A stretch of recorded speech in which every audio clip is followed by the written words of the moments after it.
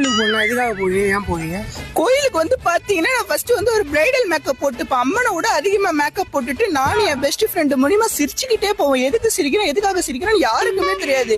அதுக்கப்புறம் பாத்தீங்கன்னா அச்சு மருதாணி, அதுக்கப்புறம் மோதிரம், கம்பல் எல்லாமே காஸ்ட்லியான பொருள்லாம் வாங்கிட்டு அப்புறம் அம்மன் அருளை பெற்று விட்டு நிப்பாங்கல்ல பிரசாதம் வாங்க, லாஸ்ட்ல போய் நிப்போம். அதுக்கப்புறம் யாராவது வயசானவங்க சின்ன குழந்தைங்க இருந்தாங்கன்னா அவங்களுக்கு நாங்க வழி கொடுத்துருவோம். அதுக்கப்புறம் லாஸ்டா இருந்துச்சுன்னா கொஞ்சோண்டு வாங்கி சாப்பிட்டுட்டு வந்துருவோம். எப்படி போவீங்க? எதுக்காக போவீங்க? தல நம்ம மஜாவா ஒரு டிஷர்ட் ஒரு ட்ராக்ஸ் போட்டு கிளம்பிட்டு வந்தல சாமி பாங்க ப்ரோ. தல சாமி பாக்குற சீனே கிடையாது தல. நம்ம கிட்ட கோயில சும்மாவே சுத்துவோம், வரப்போற மைமா வேணா மஜாவா கண்ணு விடுவோம். அந்த ஆரஞ்சு மைமா உனக்கு, அந்த பச்சை மைமா எனக்குன்னு வந்தல.